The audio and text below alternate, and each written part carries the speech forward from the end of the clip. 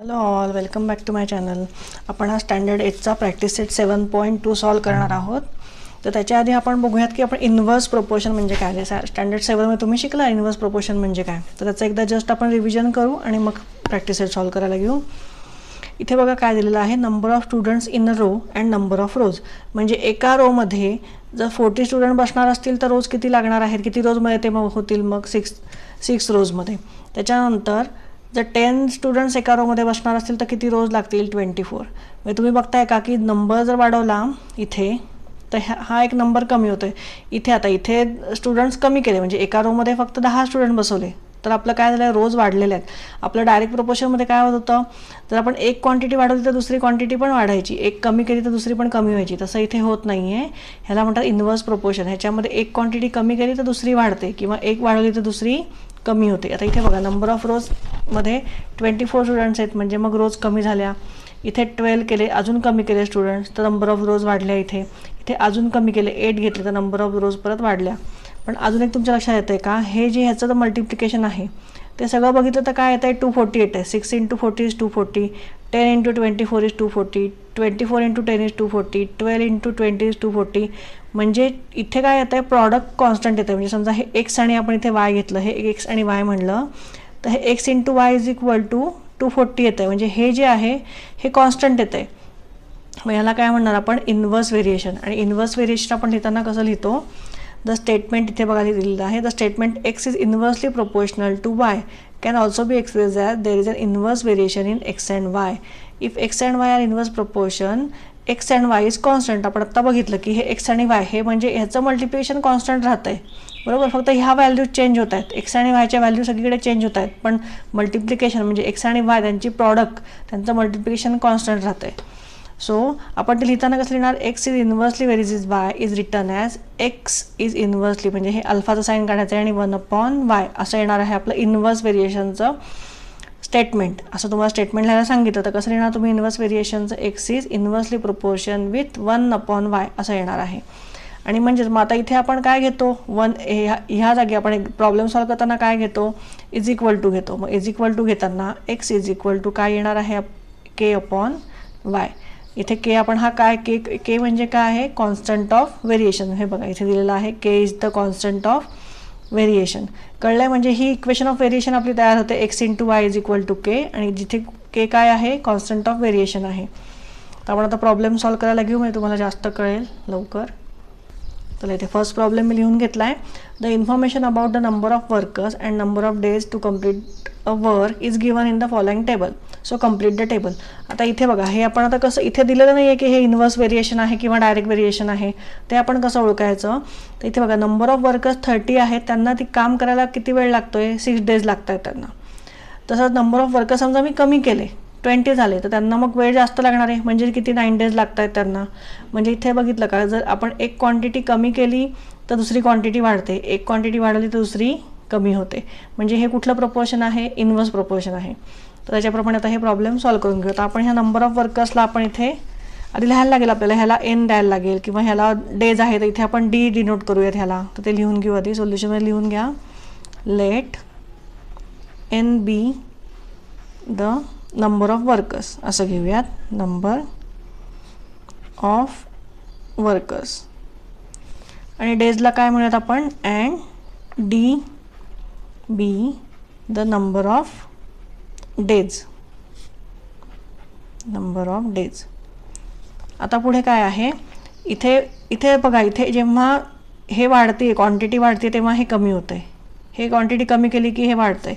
तर आपण कसं लिहून घेऊ इथे, here when n decreases d is increases, बरोबर. जेव्हा हे डिक्रीज होतं आहे, हे डिक्रीज होत चाललं आहे, 30चा 20 केलं तेव्हा डी काय झाला आहे, इन्क्रीज झाला आहे. म्हणजे ह्याला आपण काय म्हणणार, inverse proportion. Therefore they are in inverse proportion किंवा inverse variation, they are in inverse variation. मग आता ह्याचा इन्व्हर्स व्हेरिएशनचा आपण स्टेटमेंट कसं लिहिणार आहे, therefore n is inversely proportion with 1/d, बरोबर.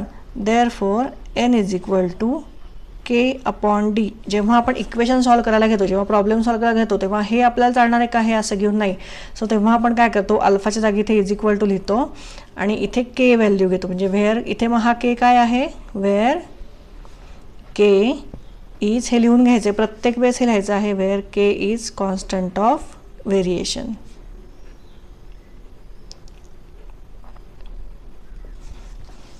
आता मग आपले इथे इक्वेशन काय तयार होते, therefore n into D is equal to K. बरोबर, ही आता हे आपलं काय तयार झालं, इक्वेशन ऑफ व्हेरिएशन. आता आपल्याला इथे n इज इक्वल टू 30 आणि d इज इक्वल टू 6 दिलेलं आहे. मग त्याच्यावरून आपण के फाइंड करू शकतो. सो ते फाइंड करूयात आधी. So now when n is equal to 30 and d is equal to 6, so therefore काय आपलं आधी इक्वेशन लिहून घेऊ, n into d is equal to k. so therefore 30 into 6 is equal to k. so therefore k is equal to, म्हणजे हे काय येणार आहे, 6 3 जा 18, so 180 is equal to k. मग therefore हे आता लिहून घ्या, k is equal to 180. के ची व्हॅल्यू आपल्याला फाइंड झाली आहे. आता आपण हे बाकीचं म्हणजे जिथे ज्या व्हॅल्यू दिलेल्या नाही आहे, जे आपल्याला टेबल कम्प्लीट करायला म्हणजे शोधायचे आहेत, ते आपल्याला फाइंड करू शकतो. कशावरून फाइंड करू शकतो, कारण आपण के ची व्हॅल्यू मिळाली आहे. तर 2 व्हॅल्यू आपल्याला 3 पैकी 2 व्हॅल्यूज आपल्याला माहिती आहे, तर तिसरी आपण आरामात फाइंड करू शकतो. सो इथे लिहून घ्या आता आधी n into D is equal to 180. हे काय झालं आपलं, is the equation of variation, is the equation of variation. तुम्ही प्रत्येक वेळी डायरेक्ट आणि इनवर्स प्रपोर्शनचं सोडवताना K is a constant of variation आणि तुम्ही ती इक्वेशन जी फाइंड केली आहे is the equation of variation, हे प्रत्येक वेळी लिहायचं आहे एक्झाममध्ये लिहिताना सुद्धा. आता फर्स्ट नंबरचा आपण प्रॉब्लेम सॉल्व करू. फर्स्ट नंबरचा म्हणजे काय, इथे नंबर ऑफ डेज दिलेला आहे, नंबर ऑफ वर्कर्स आपल्याला फाइंड करायचं आहे. सो हे लिहून घेऊ, when d is equal to 12 n is equal to what, n आपल्याला फाइंड करायचं आहे. सो नाव आपल्याला काय माहिती आहे, now n into D is equal to 180, हे आपल्याला माहिती आहे. सो इथे व्हॅल्यूज पुट करू, n into 12 is equal to 180. Therefore आता इथे आपल्याला माहिती आहे, इथे n ची व्हॅल्यू फाइंड करायची म्हणजे हे 12 आपल्याला इथून घालवायला लागेल. तर ते कसं घालवायचं, याच्याकरता 12 ने डिवाइड करायला लागेल दोन्हीकडे. सो ते करून घेऊ, n into 12 upon 12 is equal to 180 upon 12. ज्यांना हे इक्वेशन कळलेलं आहे त्यांनी डायरेक्ट 180 अपॉन 12 लिहिलं तरी चालेल, हे प्रत्येक वेळी हे लिहायची गरज नाही. सो इज इक्वल टू, आता हे 12 कॅन्सल झाले, therefore n is equal to 180 upon 12. So is equal to काय येणार आहे, हे आपण याला 6 ने डिवाइड करून बघूयात. 6 2 जा 12, 6 3 जा 18, 6 0 जा 0, 2 1 जा 2, 2 1 जा 2, 2 5 जा 15. सो इथे सॉरी 2 5 जा 10 म्हणजे 15 आपला आन्सर आलेला आहे. n is equal to 15. So therefore इथे लिहून घ्या, n is equal to 15.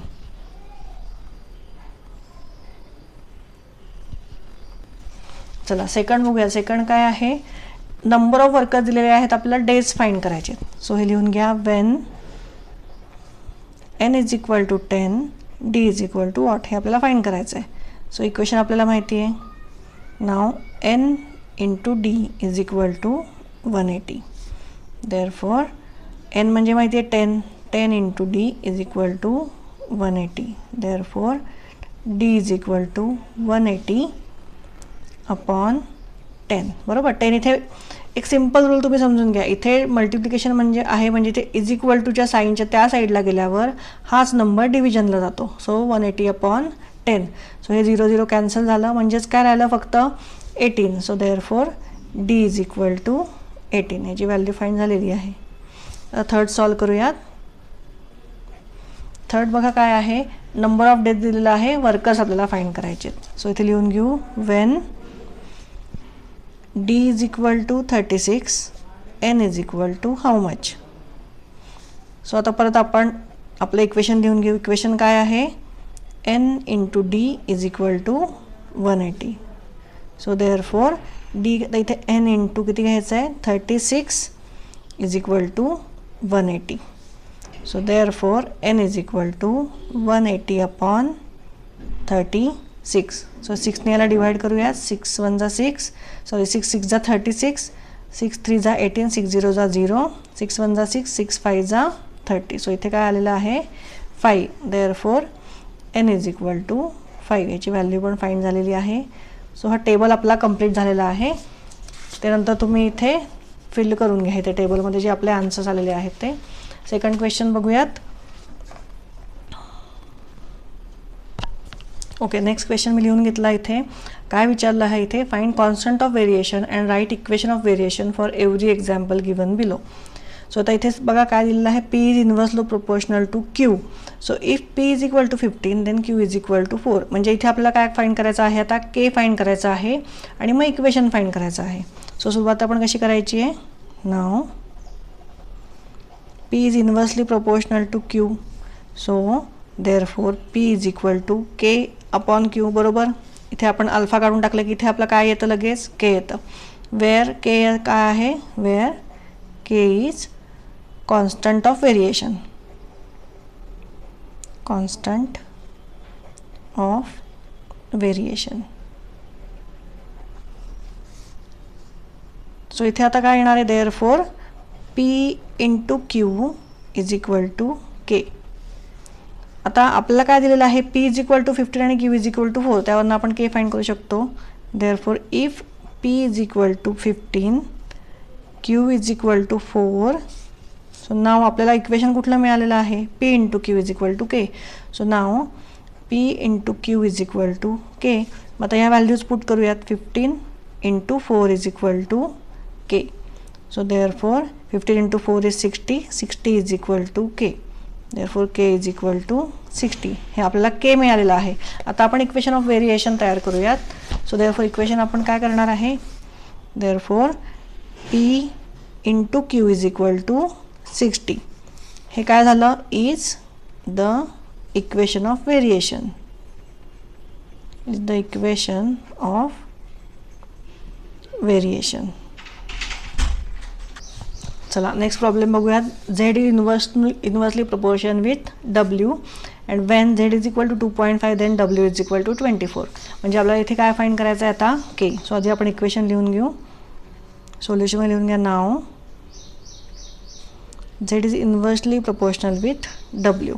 So therefore Z is equal to किती येणार आहे, के अपॉन डब्ल्यू. वेअर इथे लिहून घ्यायचं आहे, where K is constant of variation.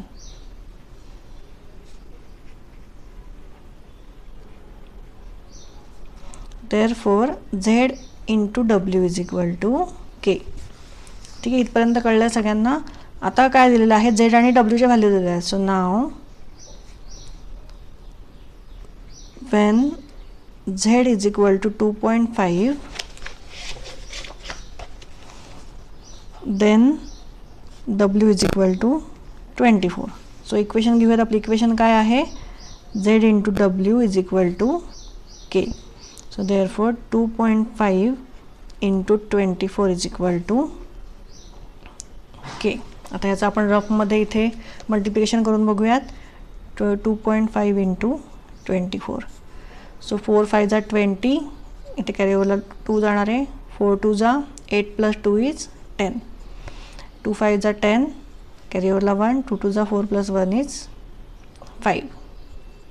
So हे किती आलेलं आहे, 0 0 आणि 6. आणि पॉईंट कुठे, इथे पॉईंट कुठे आहे, 1 डेसिमल पॉईंट नंतर एक डिजिट आहे. सो इथे कुठे येणार आहे पॉईंट, 60.0. सो आन्सर काय आलेला आहे, 60. So 60 is equal to K. Therefore K is equal to 60. हा के आपल्याला मिळाला आहे. आता आपण काय फाइंड करायचं आहे, इक्वेशन ऑफ व्हेरिएबल. काय कारण प्रॉब्लेममध्ये काय सांगितलं आहे, write the equation of variation. So ते लिहून घेऊ.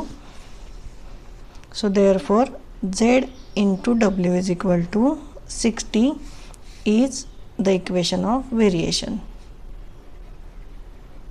Equation of variation. चला थर्ड सॉल्व करूयात. आता बघा नेक्स्ट क्वेश्चनमध्ये काय दिलेलं आहे, S is inversely proportional to t square. If S is equal to 4 then t is equal to 5.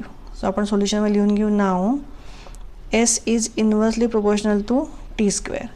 So therefore S is equal to k upon t square. Where k काय आहे, where K is constant of variation. Constant of variation. आता मग equation काय तयार झालं, S into T square is equal to K. So when आपल्याला काय दिलेलं आहे, when S is equal to 4, T is equal to 5. So ह्या व्हॅल्यूज इथे पुट करूयात. म्हणजेच काय, S into T square is equal to K, म्हणजेच 4 into T square. T square म्हणजे कशाचा स्क्वेअर येणार आता, 5चा square is equal to K.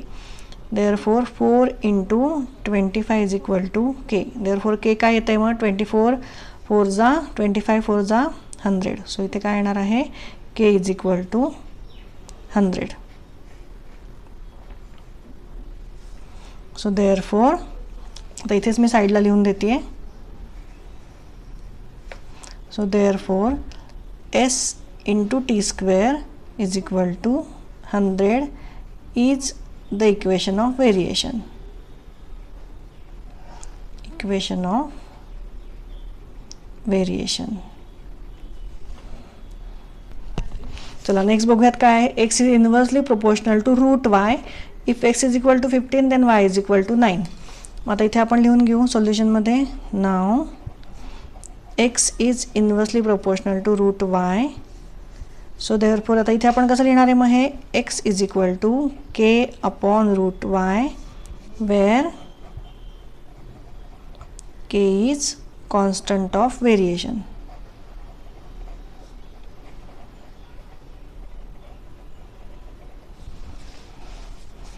आता इथे काय करायचं आहे आपण पुढे, एक्स इंटू रूट वाय होईल. So X into root Y is equal to K. आता दोन्ही व्हॅल्यू दिलेल्या आहेत त्या पुट करून घेऊ ह्याच्यामध्ये. So when X is equal to 15 Y is equal to 9. So therefore 15 into 9 म्हणजे 9 कुठे लिहायचं आहे आता, रूटमध्ये लिहायचं आहे. Route 9 is equal to K. आता मग रूट 9 कसं फाईंड करणार, तुम्हाला माहिती आहे सगळ्यांना, आपण केलेलं आहे रूटचे प्रॉब्लेम सॉल्व. इथे रूट 9 आहे म्हणजेच काय आहे, रूटमध्ये 3 इंटू 3 बरोबर, 3चा स्क्वेअर 9 आहे. सो जेव्हा आपण हे रूट, जेव्हा आपण रूटमधनं हे बाहेर काढतो तेव्हा काय येतं आहे, रूट 9 इज इक्वल टू, या दोनमधला आपण एकच नंबर घेतो फक्त. So root 9 is equal to 3. So हे लिहून घ्या इथे, 15 into 3 is equal to K. So therefore K is equal to 15 3 जा 45. So K is equal to 45. हे आपल्याला के फाइंड झालेलं आहे. आता आपण इक्वेशन लिहून घेऊ. So therefore X into root Y is equal to 45 is the equation of variation. Is the equation of variation. चला नेक्स्ट क्वेश्चन रीड करूयात. The boxes are to be filled with apples in a heap. If 24 apples are put in a box then 27 boxes are needed. If 36 apples are filled in a box how many boxes will be needed.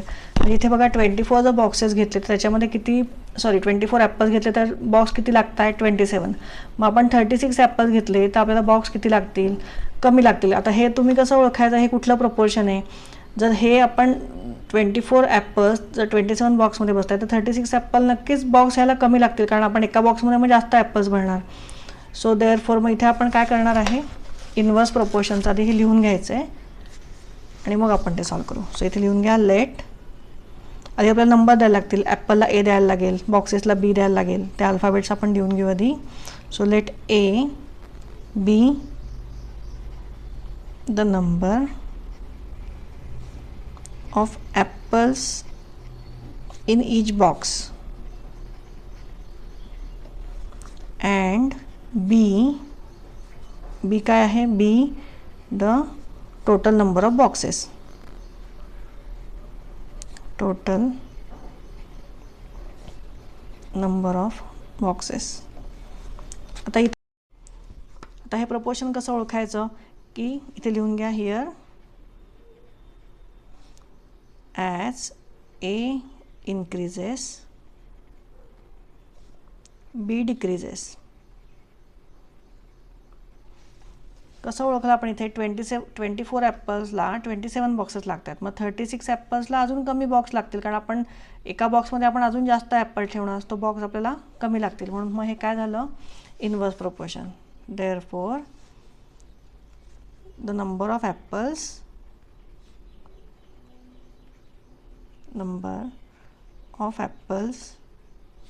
in each box are varying inversely.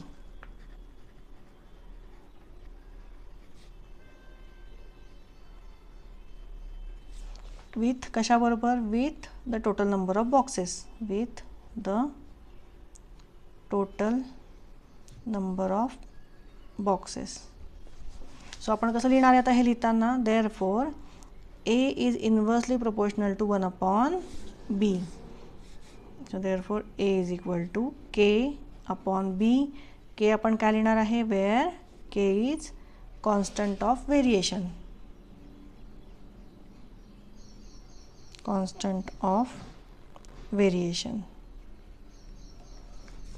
नाव आता काय आहे, आपल्याला माहिती आहे A is equal to 24 आहे, तेव्हा B is equal to 27 आहे. So ते लिहून घेऊ. Now A is equal to 24, then B is equal to how much, 27. ह्याच्यावरून आपण K ची व्हॅल्यू फाइंड करू शकतो. So therefore A into B is equal to K.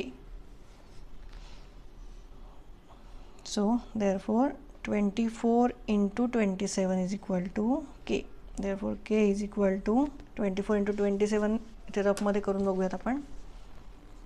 24 into 27, 7 4 जा 28, 2 7 2 जा 14 प्लस 16, 2 4 जा 8, 2 2 जा 4. सो किती आले हे 8, 6 plus 8 is 14, 1 4 plus 1 is 5 plus 1 is 6, 648. So K is equal to किती आलं आहे आपल्या इथे, 648. हे K ची व्हॅल्यू आपल्याला इथे मिळाली आहे. सो त्याच्यावरून आपण इक्वेशन ऑफ व्हेरिएशन लिहू शकतो. Therefore A into B is equal to 648 is the equation of variation.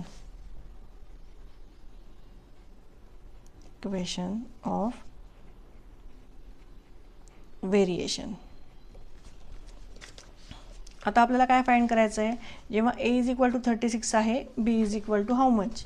So हे लिहून घ्या खाली. Now A is equal to 36, then B is equal to how much, ते आपल्याला फाइंड करायचं आहे. सो इक्वेशन आपल्याला माहिती आहे. Therefore A into B is equal to 648. हे इक्वेशन आपल्याला माहिती आहे, इक्वेशन ऑफ व्हेरिएशन. सो इथे व्हॅल्यूज पुट करूयात. So therefore 36 into B is equal to 648. So therefore B is equal to 648/36. मल्टिप्लिकेशनमध्ये इथे आहे, म्हणजे इथे गेल्यावर काय होणार आहे, डिव्हिजनमध्ये होणार आहे. सो इथे हे डिव्हिजन रफमध्ये तुम्हाला अशी ही डिव्हिजन जमत नसेल डायरेक्ट करता, तर तुम्ही अशी डिव्हिजन काही करू शकता. आता मी तुम्हाला इथे रफमध्ये डिव्हिजन करून दाखवते. 648/36. 6च्या टेबलने दोन्हीला मल्टिप्लाय होईल.